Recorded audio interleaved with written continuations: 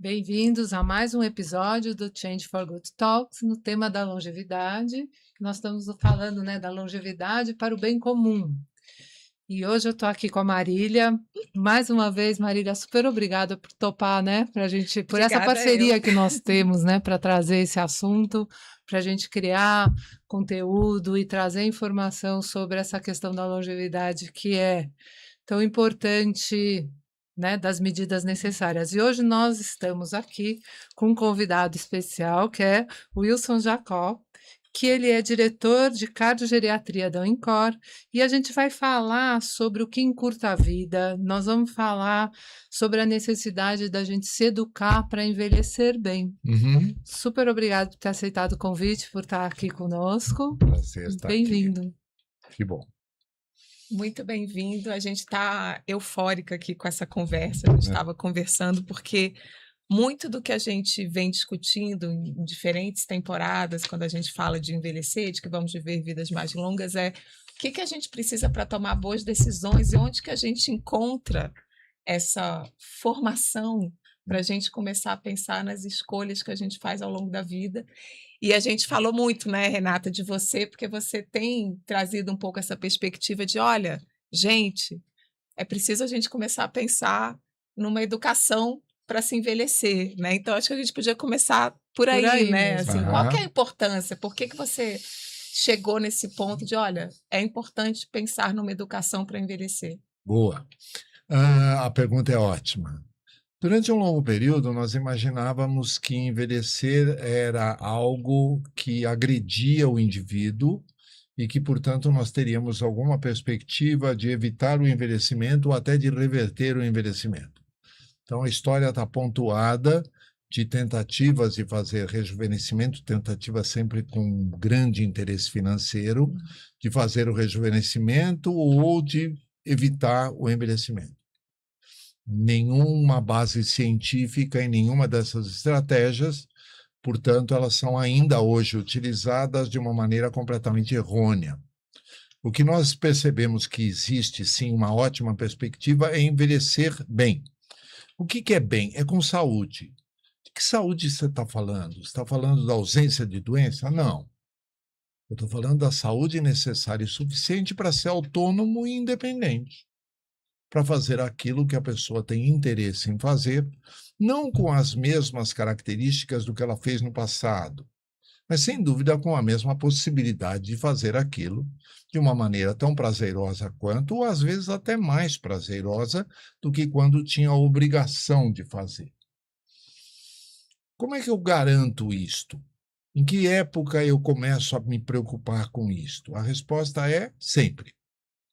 Evidentemente que você começa com uma educação pautada na saúde, na fase inicial da vida, durante o período ainda da vida intrauterina. Nós estamos gestando uma criança que nós queremos que viva muito, vírgula, bem.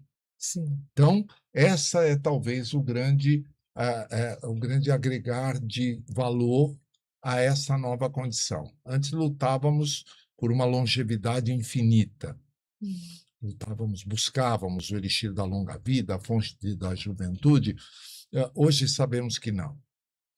Que a vida tem uma expectativa máxima de vida muito próxima, definida para o humano, e temos uma expectativa média de vida que vem aumentando nas últimas décadas. A partir de 1950, ela sofre um incremento muito grande e chegará em 2050 com algo em torno de 80 anos em média para o mundo. O Japão já tem 80 anos em média, mas vai superar isto até 2050. O Brasil ainda não tem, mas chegará aos 80 anos em média.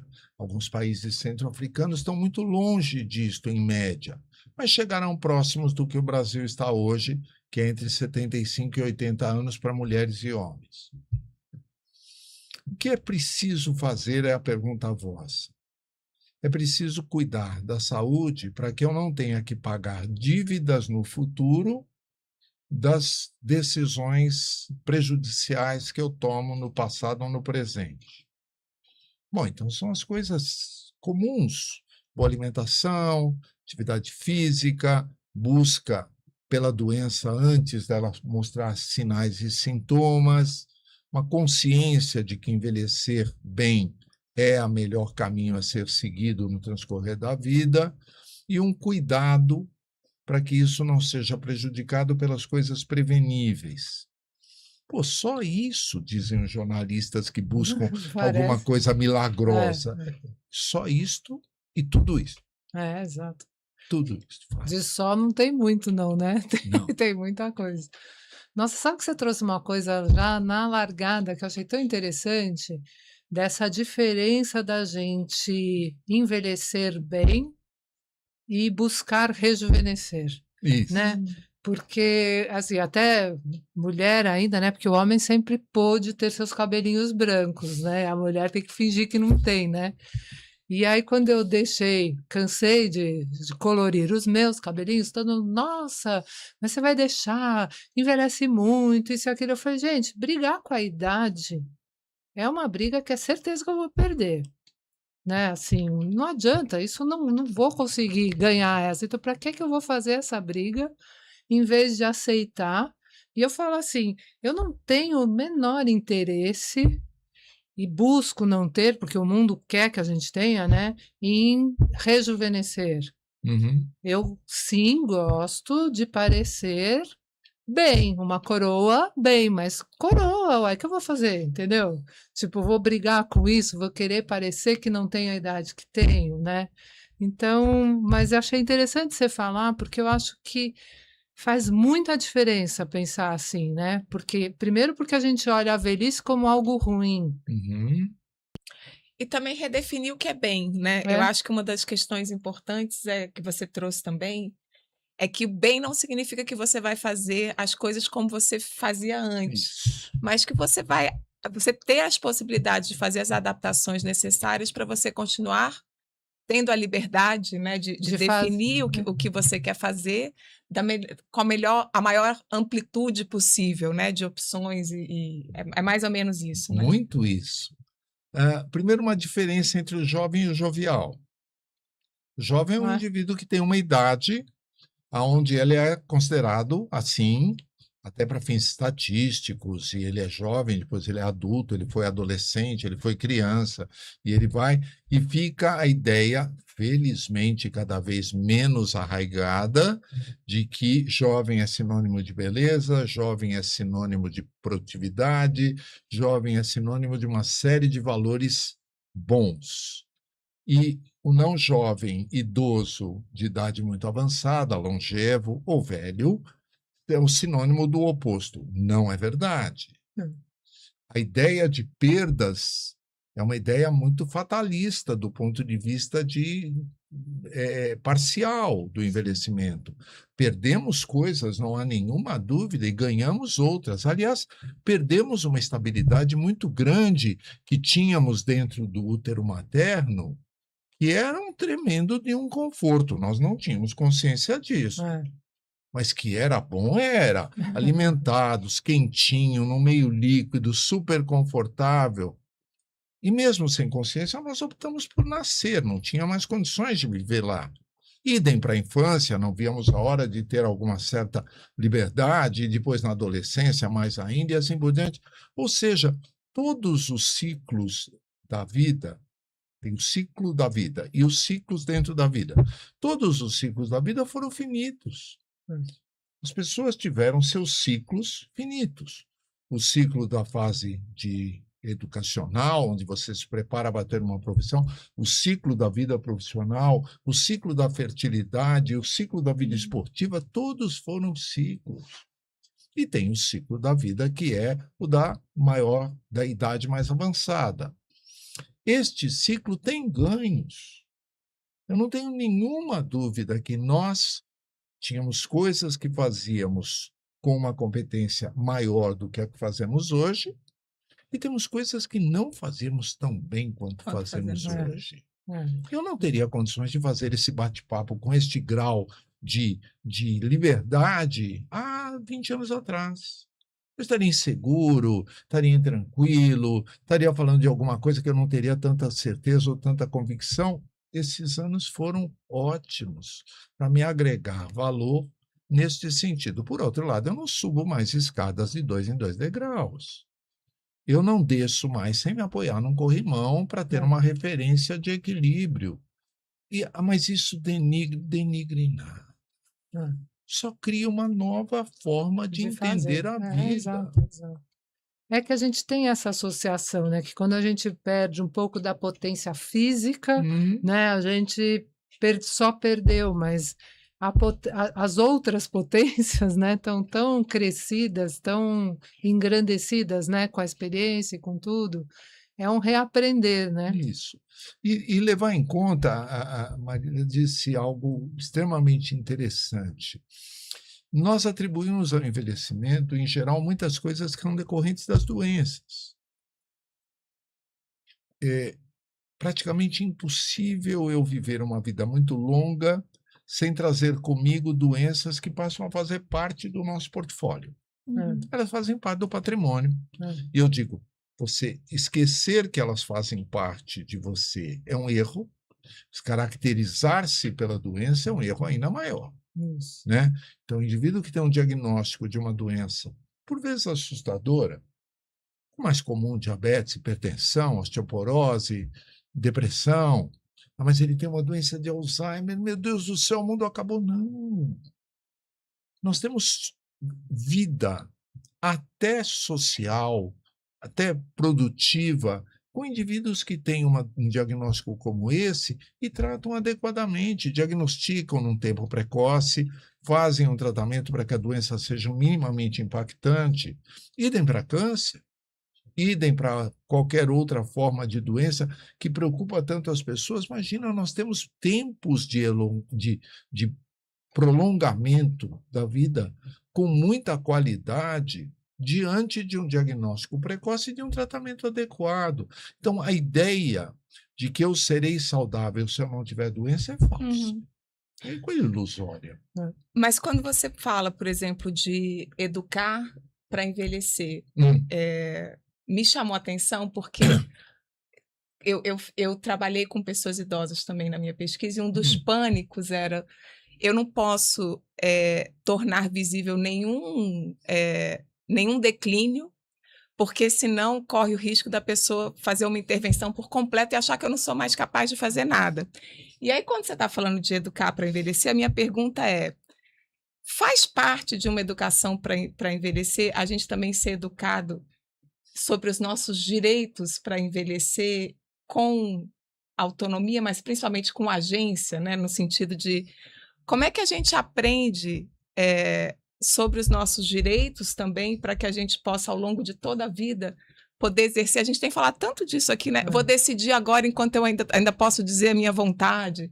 Como é que isso está posto nessa perspectiva de uma educação para envelhecer? Perfeita o raciocínio e o questionamento. Eu discutia uma hora antes de vir para cá com uma senhora que, por ter a necessidade de um acompanhamento, mora sozinha, e os filhos, com meu apoio, mostramos a ela a importância de ter alguém que conviva com ela no seu cotidiano. Nitidamente na posição de apoio, nitidamente com uma posição definida por ela. Ela escolhe o cardápio, ela diz quando vai ser lavada a roupa, ela define como vai ser o ornamento da sala, mas esta pessoa está lá para apoiá-la na execução. E ela referiu exatamente aquilo que você disse. Quer dizer que de agora em diante eu não posso mais fazer nada? Exatamente o oposto do que nós estamos propondo. Nós estamos propondo que, para que a senhora faça aquilo que deseja, a senhora vai precisar de um apoio, como todos nós precisamos. Nenhum de nós faz absolutamente nada sozinho em nenhuma fase da vida. Esta ideia de que eu fui sempre autônomo e independente, nunca precisei de ninguém, é falsa. Primeiro, que é uma ideação do futuro, do passado de que não é verdadeiro. Eu todas as vezes precisei de alguém me ajudando e agora preciso de alguém me ajudando talvez em outras tarefas. Em me lembrar do horário do remédio, em me lembrar que esse remédio é para ser tomado apenas uma vez por semana e não duas, em me favorecer na chamada de um veículo de aplicativo ou qualquer coisa parecida, para a qual eu posso dividir. Mas para onde nós vamos, para o que é que nós vamos fazer, continua sendo um patrimônio do indivíduo. Não é on-off, é uma transição de uma situação na qual eu dou conta de 80% daquilo que preciso para o meu cotidiano e peço ajuda em 20%, talvez para uma outra em que eu dou conta de 60 com 40, 50 por 50 e às vezes 20 com 80. Exato. O que importa é que esta transição seja feita desde o início e não quando eu estiver totalmente incapacitado, precisando de alguém que faça algo por mim o tempo todo. Se eu conseguir fazer uma transição progressiva, fica muito, muito mais simples de entender que agora eu sempre fiz meu imposto de renda, mas agora eu não estou me sentindo seguro. Você não pode fazer para mim? Perfeito. Eu não preciso continuar fazendo algo que eu fiz a vida toda. E Aliás, tudo bem, né? é muito. Eu acho que, vamos dizer, aprender a confiar um pouco, né, assim, porque eu acho que tem isso, né, deve ter uma insegurança do tipo, ninguém vai fazer por mim tão bem feito e tal, mas eu acho que isso a gente constrói e cria, né, e aposta nisso, né, que, vamos dizer, sei lá, provavelmente os filhos é que vão tomar as decisões por mim. Eu hoje brinco muito com meus filhos, um mais velho foi morar em Portugal e o mais novo ainda mora no Brasil. E eu brinco com o mais novo que eu falo, ai meu Deus, monta aí uma casa de velhinho bacana para eu ir para lá um dia, porque senão eu vou sobrar para você. Seu irmão se mandou, né, para Portugal e eu vou sobrar na sua mão. Mas quer dizer, estou brincando, mas vamos dizer, existe genuinamente, primeiro, uma confiança muito grande, como eu eduquei meus filhos, no sentido de acreditar né, que eles vão cuidar de mim, mas uma intenção muito grande em mim de me preparar para receber a ajuda da forma que eles conseguirem dar. E não assim, tipo, ó, cuida de mim, mas tem que fazer isso. Não dá, né? Que ninguém quer isso. Olha, Renata, né? que maravilha o exemplo que você deu. Primeiro, seu filho certamente falou, puxa, a mamãe já falou da possibilidade de ir para uma instituição de longa permanência, que é um nome que se dá para isso. Casa de repouso, ILPI, a sigla. Mas a abertura de falar disto, de quem potencialmente pode precisar desse tipo de assunto, é algo hiper interessante. Abre o cenário, coloca sobre a mesa esta possibilidade. A segunda, o aspecto muito interessante é o seguinte: se nós temos a liberdade de falar disto, nada será novidade.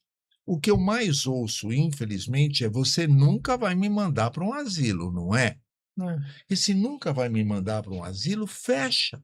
Exato. Qualquer possibilidade em que a melhor opção seja estar num lugar protegido, mesmo que temporário. Então, todas as vezes, nós costumamos dizer que quando o indivíduo está aberto para uma má notícia em termos diagnósticos, ele diz, olha, se for este o diagnóstico, eu quero que você me conte. Ele abriu. A opção contrária é, não é isso, não é? Esse não está pronto. Ou assim, não quero saber, não me conta, não me fala. Isso. Então, essa liberdade com que se trata deste assunto é, no meu modo de entender, o melhor caminho para a educação para envelhecer.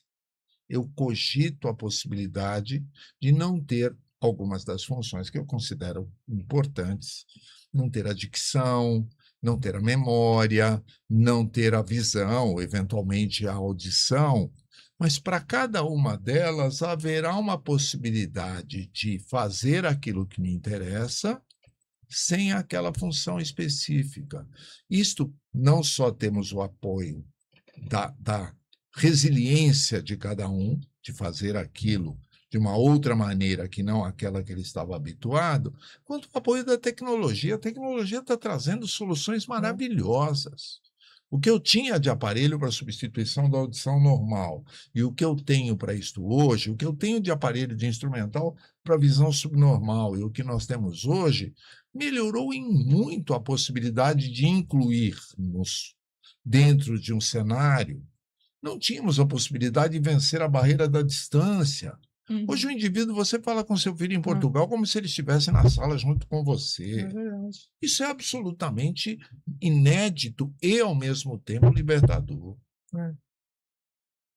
É muito interessante a questão da tecnologia, porque era uma das perguntas que eu estava Uhum. pensando em fazer também, de como que a tecnologia está, como em si, ela está reconfigurando o modo como os médicos estão tratando os pacientes, se a tecnologia é bem-vinda e está ampliando o acesso e ampliando as camadas de cuidado, como é que é a negociação do famoso WhatsApp do médico, e, enfim, como é que a tecnologia entra? Tem um lado bom, tem um lado ruim, como é que se avalia? Bom, toda vez que houve a inclusão de uma nova estratégia capaz de favorecer o diagnóstico, a assistência, ou a terapêutica e tudo mais, nós imaginamos que a partir daquele momento todos os problemas estavam resolvidos, né?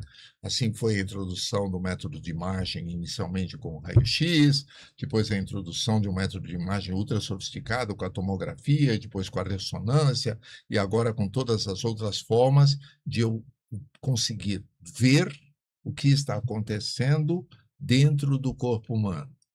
Idem para os exames de laboratório, idem para as tecnologias de todas as naturezas, endoscópicas, endoarteriais. Não. Agora está tudo resolvido. E nunca está tudo resolvido. O que nós mudamos é o nível ou patamar onde as nossas dúvidas são sanadas e criam-se outras dúvidas que passam a ser o alvo do próximo desafio ou da próxima busca. Nós tínhamos uma dificuldade enorme de fazer diagnósticos. Hoje nós temos uma dificuldade enorme de, diante de um diagnóstico, saber se o tratamento daquele diagnóstico melhora ou piora. Acreditem, existem diagnósticos onde fazê-lo e tratá-lo encurta a vida. Isso é interessantíssimo. Quer dizer, eu que sempre achei que buscar a doença e tratar a doença agregavam valor, descobri que buscar a doença, por exemplo, buscar o diagnóstico de um câncer de próstata num homem de 85 anos e propor um tratamento do câncer de próstata, já está demonstrado que diminui a expectativa de vida desta população. Então, eu tenho uma relação risco-benefício. Aonde é que o benefício diminui e aonde é que o risco aumenta?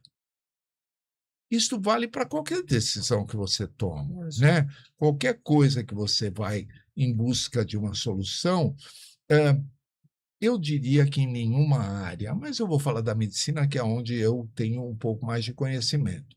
Nunca se leva em conta quanto mais melhor. Não é verdade. Todas as decisões têm um ponto onde o risco é o menor e o benefício é o maior. E esse ponto é sempre intermediário entre o mínimo e o máximo. Quanto de água você deve beber por dia? Quanto mais melhor. Não é verdade.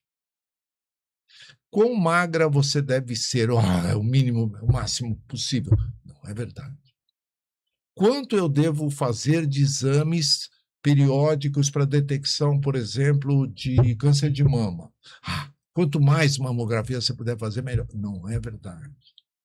Tem um ponto ideal, e esse ponto ideal é cientificamente demonstrado. Não é por acaso. Logicamente, nós vamos chegando perto. Qual é a melhor pressão arterial mesmo? Olha, houve época em que a pressão arterial era compatível, era idealizada ou era identificada pela idade. Hoje não, hoje nós falamos, olha, para o adulto, o máximo de pressão aceitável é 139, máximo, e o mínimo de pressão aceitável é 89. Portanto, 140 por 90, certamente daqui a 10 anos, esse valor está diminuído. É o que nós sabemos agora, porque ele já foi muito mais alto no passado. Então, essa dinâmica, a ciência dinâmica, ela vai se adaptando ao novo conhecimento. Por vezes, ela é influenciada pela indústria farmacêutica, claro. E o que você faz para evitar isso? Eu conheço.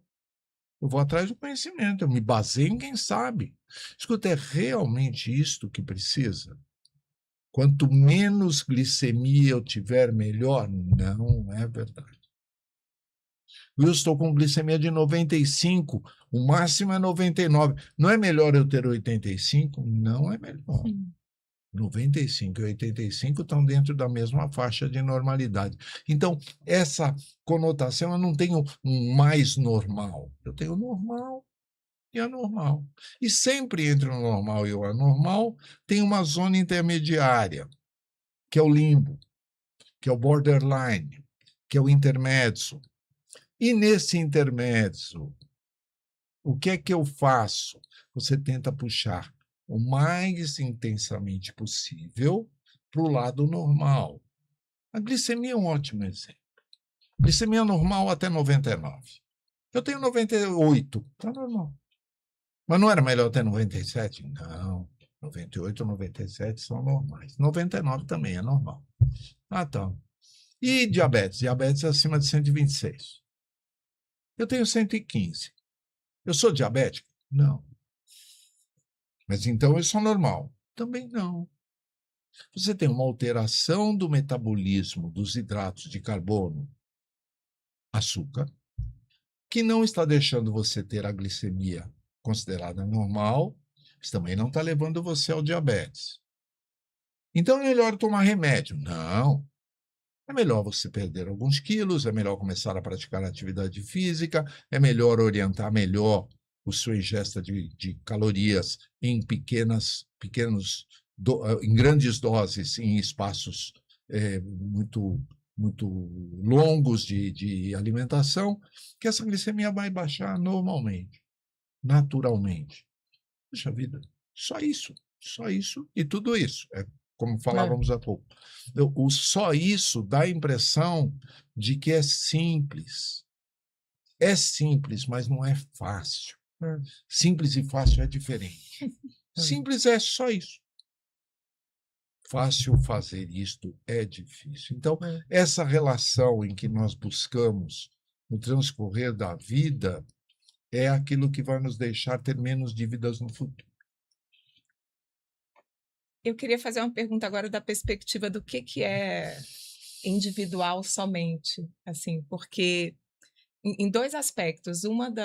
O aspecto que a gente falou um pouquinho aqui de abertura para ser cuidado e o reconhecimento, que você disse muito bem, de que se a gente romantiza que no passado nós não éramos 100% autônomos, isso também é um erro, né? E tem eu estou lembrando aqui de uma antropóloga que faz uma comparação entre a questão de preservação, de manutenção da autonomia nos Estados Unidos e na Índia. E que ela fala que tem praticamente uma moralização da autonomia no envelhecimento, onde o indivíduo que em algum momento requer algum cuidado, ele está quase falhando moralmente, e ela fala na perspectiva norte-americana, e ela fala que na observação que ela faz na Índia é diferente. Mas como é que a gente constrói, e se você vê, reconhece isso, que tem uma expectativa de que a gente dê conta de si mesmo como indivíduo, e quando a gente fala, né, de educação para envelhecer,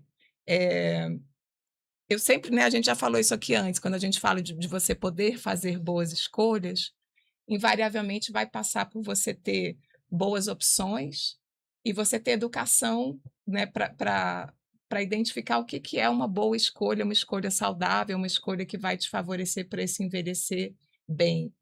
Então, como é que a gente distribui um pouco as responsabilidades do que é do indivíduo e do que é daquilo que está à disposição do indivíduo para que ele envelheça de uma forma melhor. Ótimo. Não sei se ficou muito complicada. Não, foi bem rico em termos de olhar. Eu diria o seguinte, vou começar pela Organização Mundial de Saúde. Definiu essa década como sendo a década do envelhecimento saudável, baseado num relatório apresentado pela Margaret Chan de envelhecimento saudável em 2015, e a OMS estabelece 2020, 2030 como uma década onde, como única e potencial saída para a equação envelhecimento populacional, recursos destinados aos cuidados da saúde, era envelhecer melhor do que nós estávamos envelhecendo. Melhor, com menos doença, com mais saúde, menos intensidade de doença, mais saúde, maior equilíbrio e maior participação do indivíduo. O indivíduo deixa de ser passivo, tanto que eu evito ao máximo chamar de paciente. Paciente é do passivo, e prefiro chamá-lo de cliente. Embora não goste muito da palavra, o português tem uma palavra ótima, mas que eu não vou conseguir implantar no Brasil. O português chama de utente, o indivíduo que utiliza. Eu gosto dela. É verdade. Eu gosto dela. Mas eu não vou fazer um movimento para uso. Mas falar disso já é bom. De qualquer maneira, e para tal, a OMS definiu como sendo a capacidade intrínseca, aquela do indivíduo, você citou muito bem, que caracteriza qual é a reserva funcional que esta pessoa tem. Como se você me disse uma conta bancária, como se você me disse alguma coisa com a qual o indivíduo pode contar se ele precisar. A primeira delas é a cognição. Qual é a reserva cognitiva que o indivíduo tem? Até onde ele pode ir com a cognição que ele tem? A segunda é a locomoção. O que é que ele é capaz de fazer, mesmo utilizando uma bengala, um andador, uma cadeira de rodas, mas o que é que ele faz em prol da sua própria locomoção? A terceira, órgãos dos sentidos. Visão e audição, predominantemente, mas paladar e olfato entram também na conta. Até onde ele tem a capacidade de receber as informações do meio externo e processá-lo. A quarta é o equilíbrio emocional, o psiquismo desta pessoa. Está satisfeito? Está muito triste? Vive um distúrbio de humor? É extremamente ansioso? Apresenta algum grau de incompatibilidade com a condição em que ele está? E a última é mais, vamos dizer assim, quase que intuitiva, é a vitalidade, com que prazer este indivíduo entende a vida. Lá na Blue Zones, na ilha de Okinawa, veio o termo Ikigai. A junção de 4, vocês conhecem, de 4 parâmetros ou aspectos. Então, esse quinto aspecto, a OMS não denomina de Ikigai, mas ela chama de vitalidade. Muito bem. Diante desta realidade, você consegue fazer uma avaliação de quem é aquele indivíduo naquele momento. Então, vamos imaginar a capacidade intrínseca do Wilson, tem isso, tem favorece, desfavorece, a visão dele não é tão boa, mas com óculos melhora, ele não tem nenhuma deficiência auditiva que impeça de se comunicar, e vai e dá lá a minha capacidade intrínseca. Aí entra o que você falou. Eu que denominei, me perdoem por ter feito quase que essa heresia, de que tudo que não é a minha capacidade intrínseca, mas que faz relação com ela, eu chamei de capacidade extrínseca. É minha capacidade extrínseca, ou faz parte da minha capacidade extrínseca, morar num ambiente em que eu tenho o poder de fazer as coisas que eu gosto? Faz parte da minha capacidade extrínseca me relacionar com pessoas que são capazes de entender, de compreender, de favorecer, de se ocupar? Faz parte da capacidade extrínseca eu ter uma regularidade dos meus recursos financeiros, a ponto de não ter que me preocupar todas as noites como é que será o meu pagamento de amanhã. Então, tudo isto que circunda, que é ambiente, hábitos de vida, relações pessoais e tudo aquilo que depende de algo que não eu. Se isto for levado de uma maneira equilibrada, nunca será perfeito, nem a intrínseca, nem a extrínseca. Não conheço nada que possa ser denominado de perfeito. Tem um instante da vida da gente que a gente fala, nossa, que maravilha, mas é instantâneo. Desta maneira, você consegue fazer com que aquele indivíduo, com a capacidade intrínseca que tem, conviva muito bem com o ambiente e o entorno dele, na capacidade extrínseca que ele tem. Na hora que eu estou falando disso, eu coloco Stephen Hawking na tela. Capacidade intrínseca, próxima de zero. Ele não conseguia fazer absolutamente nada que não mover ligeiramente o músculo da pálpebra. E com isto, e toda a tecnologia que foi disponibilizada para ele, ele conseguiu ser uma das mentes mais brilhantes do século XX. Verdade. Então, eu tenho mecanismos de fazer com que... E vocês quantos já viram, o indivíduo vive numa situação extremamente favorável e ele é profundamente adoecido por problemas que ele mesmo não levou a sério e não conseguiu tratar. Tem um uso exagerado do álcool, tem um uso indiscriminado do tabaco, tem uma ingesta calórica muito além daquilo, priva-se dos relacionamentos com as outras pessoas. Isso é capacidade intrínseca em desacordo com a extrínseca. Então, esse equilíbrio, aí pergunta sua que eu vou... O que eu faço? Eu vou educando o meu meio a me entender como eu sou agora. Calma, calma, calma. Eu vou fazer isso, porque fazer isso para mim tem uma importância muito grande e eu vou tomar os cuidados necessários. Você pode ficar tranquilo, acredita em mim. Eu estou consciente do que eu estou fazendo. Ah, bom, então vai, né? Então tá. E você vai criando em torno de si um meio ambiente. Pudesse dizer, olha, hoje eu vou conversar com duas mulheres extremamente esclarecidas naquilo que elas sabem. O cara fala, pô, não vai, você é louco. Mas é isso, é você conhecer o seu e conhecer o meio que você está. Eu acho que essa é a educação. Nós vamos ter que criar uma... Já houve época, mas eu sou otimista, porque já houve época que a criança não tinha direito algum. Ela era a última a falar e a primeira a apanhar. Não é mais assim. É verdade. Não preciso nem dizer como é. São os patrõezinhos hoje. Já houve época em que a mulher não tinha direito a nenhum. Sim.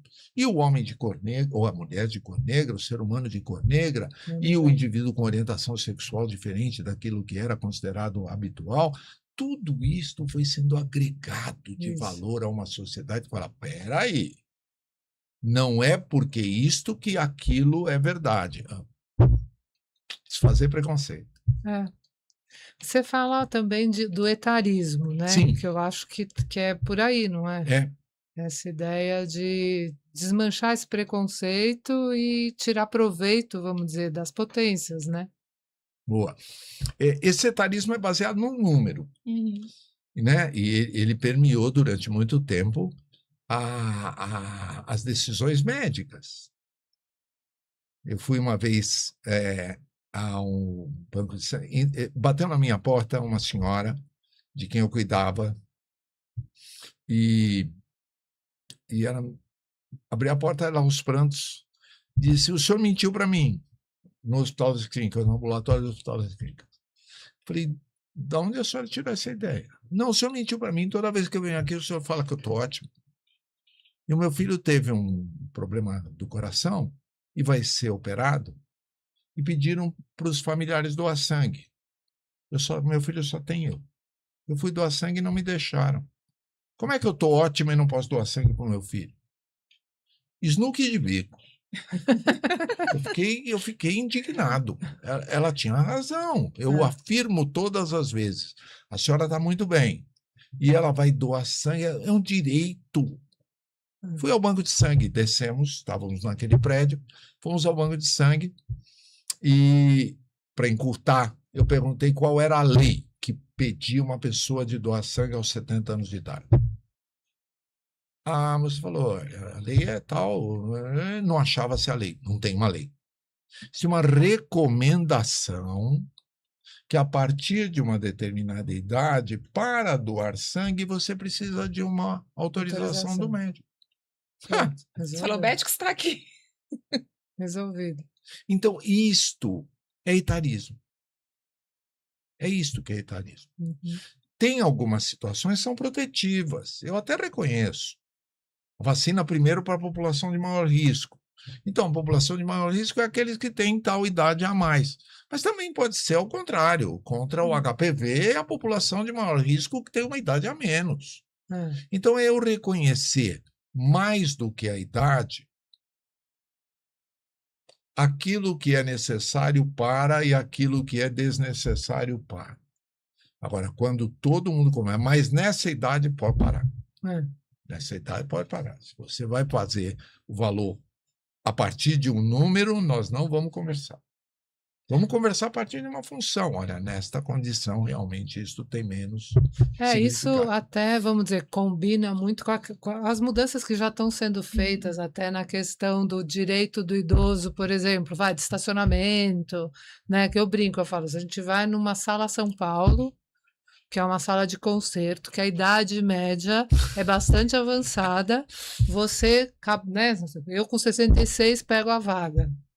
Né? Será que eu realmente eu pego a vaga do idoso em detrimento de tanta gente que precisaria muito mais? Mas, quer dizer, eu acho que é esse entendimento da gente olhar, vamos dizer, a capacidade do indivíduo desempenhar determinada função, quer seja doar sangue, né, quer seja caminhar, e isso, vamos dizer, vamos dizer, isso complica o trabalho de organizar as coisas, porque é mais fácil se organizar por idade, é mais fácil se organizar por, não é? Só que isso não corresponde à realidade, né? Isso estaria dentro de uma educação para envelhecer também? Sem Por dúvida. exemplo, só tem 2 vagas para pessoas idosas. Eu estou com a minha autonomia 100% preservada. Isso também faz parte de uma educação? Eu analisar e falar, não, esta vaga não é para mim agora, é para outra pessoa que tenha uma necessidade de estar próxima à rampa de acesso. Isso também passaria por uma educação para envelhecer? Sem dúvida. Eu acho que é isso que nós vamos ter que desenvolver, marcadores biológicos que não são exclusivamente pela idade, que não sejam essencialmente pela idade, e nós vamos encontrar situações, eu acho que cada vez mais, do indivíduo entender isto que a Renata comentou, de que, embora eu tenha o direito de usar isto, eu não tenho a necessidade de usar isto. Então, eu sou um usuário do metrô, e várias vezes alguém levanta do banco para me ceder o espaço, e eu explico. Falo, eu vou descer daqui a 3 estações, você vai muito mais longe. Fique sentado, porque eu tranquilamente fico... Então, esse tipo de alteração, de comportamento, ele vai fazer parte daquilo que nós vamos entender como uma educação, ter o direito para quem precisa. Agora, como é que se define isto? Isso vai depender de uma consciência coletiva. Nós não tínhamos nenhuma educação para passar por um lugar e ver uma torneira aberta e passávamos direto. Hoje nós fechamos a torneira. Nós víamos uma mangueira vazando água na rua e não dávamos a mínima bola. Hoje nós fechamos essa... E a gente volta, como sempre, bom, dá vontade de continuar conversando com você aqui bastante, mas a gente tem aí um limite de horário, então daqui a pouco a gente tem que ir fechando. Mas essa sua fala me faz ver que a gente volta sempre para a questão básica e central, que é a educação, né? Sim. Em todos os sentidos, e isso precisamos tirar esse atraso, né? Acho que a gente precisa, de fato, conquistar isso como nação, né? Outro dia mesmo estávamos falando sobre questão de educação cívica, né? Uhum. Que na nossa geração existia essa matéria, não existe mais. Não.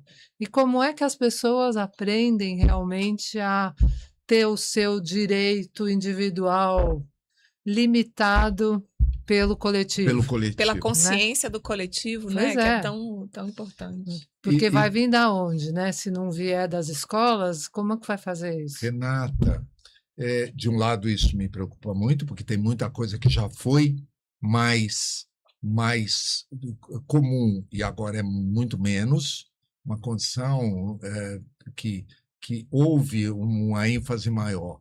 Por outro lado, se você olha para o cenário artístico hoje, nacional e internacional, o tema envelhecimento está em absolutamente todas as mídias. Né? O Último Azul, os filmes, eu fui ver, cada um mais interessante que o outro, para o indivíduo vir perguntando a si mesmo, será que é isto? Será que é assim? Será que eu tenho que fazer desta maneira? Esse movimento que vocês fazem de uma maneira brilhante, ele sem dúvida nenhuma cria um cenário favorável a esta discussão. E nós vamos ver que isso vai ter, e já tem, um impacto econômico muito grande. Quando mexe no bolso, mexe na parte mais dolorida do corpo humano. É verdade. Então, nós vamos demonstrar o tempo todo de que, olha, é muito menos oneroso fazer do jeito certo do que do jeito errado. Os governantes sabem. Os dirigentes de prestação de serviços sabem disso. Então, se você realmente quer tirar disto o que há de melhor, cuide para que isto não seja deteriorado por um mau pensamento, por um pensamento errôneo. E aí a gente acaba caminhando no sentido daquilo que é o sentimento coletivo. O coletivo vai ser prestigiado na maneira em que ele se entender coletivo. Se enquanto ele não se entender, quando ele se entender um conjunto de indivíduos pura e simplesmente, ele não é um coletivo. O coletivo é aquele interativo. Então, o aging place, o moradia com coletiva, em que cada um faz uma parte e todos se beneficiam disso, isso vai ser a solução do que nós vamos enfrentar no futuro para a ausência de suporte social familiar. Isso é claro. Exato.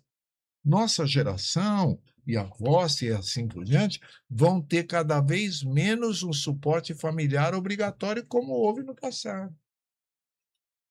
Bom, e aí qual é a solução? A solução é você criar um suporte social que seja coletivo e capaz em que você não só se beneficie, mas também beneficie os outros. Exato. Tem que ter função. Exato. Nossa, muito bom. E a gente tem discutido tanto aqui o quanto é importante ter essa função, né? Assim, que é quase um mecanismo aí virtuoso, né? Porque quando você se beneficia, mas você fazer também faz muita parte dessa combinação de um envelhecer de maneira saudável. Do significado. Eu acordei, né, e não fiquei aqui ao acaso, né? Isso. De repente. Eu tenho um papel dentro desse exato. teatro. Eu tenho um papel dentro dessa cena. E aí eu acho que isso leva a gente a viver com mais, né, com mais vitalidade, entusiasmo e tudo, né? Que legal. Super obrigada. Eu quem agradeço. Foi um prazer receber você. Não tenho a mínima ideia de quanto tempo nós conversamos, mas parece que foi 5 minutos, foi, né? muito pouco. Seja quanto tempo foi pouco. Mas vamos combinar de novo, né? Ótimo. De conversar mais. Tá Conte bom? comigo. Muito obrigada. Muito bom. Muito obrigado.